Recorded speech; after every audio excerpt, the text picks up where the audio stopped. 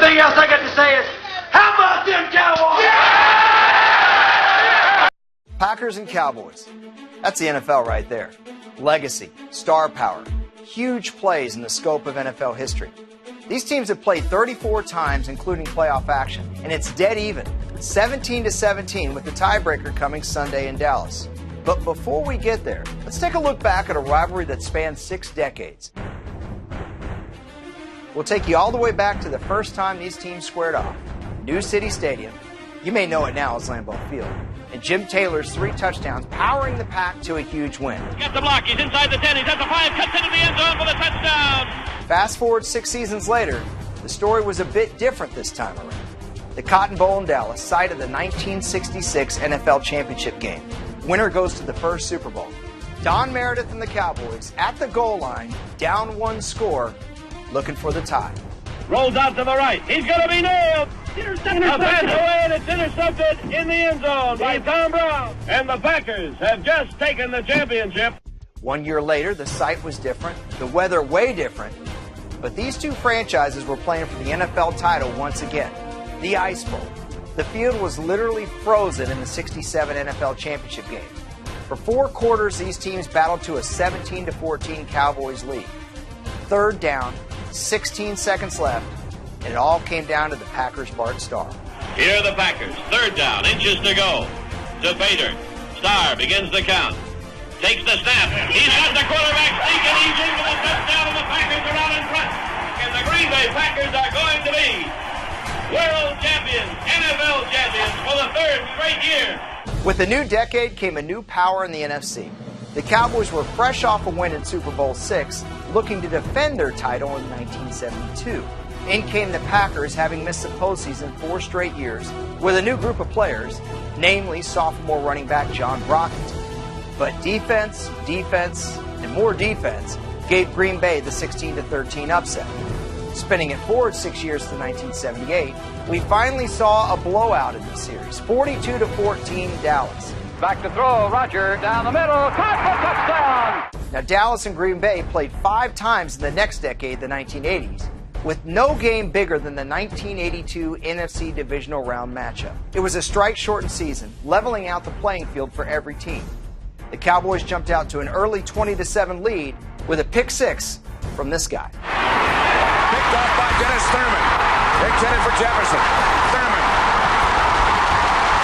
Meanwhile, James Lofton did everything he could to win this game. 71-yard touchdown end around by James Lofton with no penalties. But Dallas outlasted Green Bay, forcing 3 Lynn Dickey interceptions.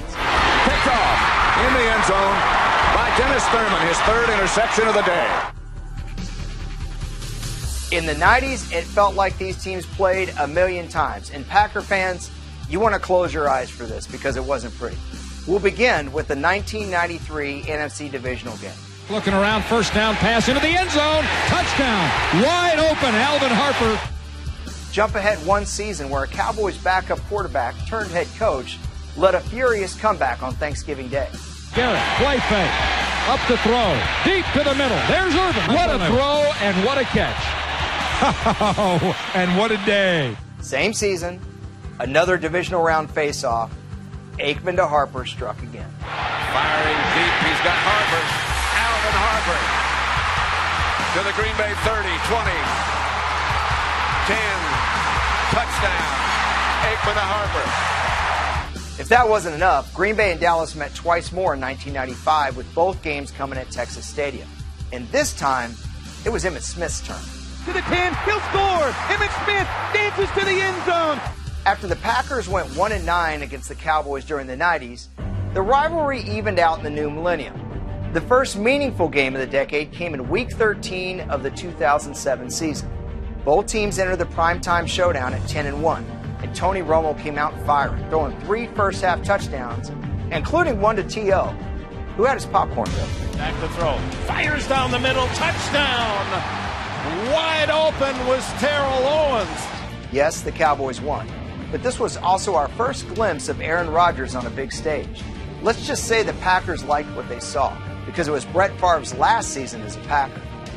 2 years later, it was Green Bay's defense that came up huge. Now he's hit from behind, fumbles the football. Romo rolling right, throwing right to Witten. The ball's picked off. And there is your dagger right through the star of the Dallas Cowboy helmet. It's been all Packers this decade, with Rodgers leading the way. Although in this 2013 thriller, it was Romo trading blows with Matt Flynn. The Cowboys opened up a 26-3 lead before Flynn and Eddie Lacy came storming back. Fires the left side of the end zone, and it is caught by Jordy Nelson. Then Des Bryant answered, Touchdown, Des Bryant. only to see Lacy leap over the goal line, sealing a Packers victory. And the Packers have the lead. A year later, they met in the postseason for the first time since that '95 championship. Remember this? And Rodgers escapes left, throws the left side of the end zone. He's got his man. It is a touchdown. It's fourth and a very long two.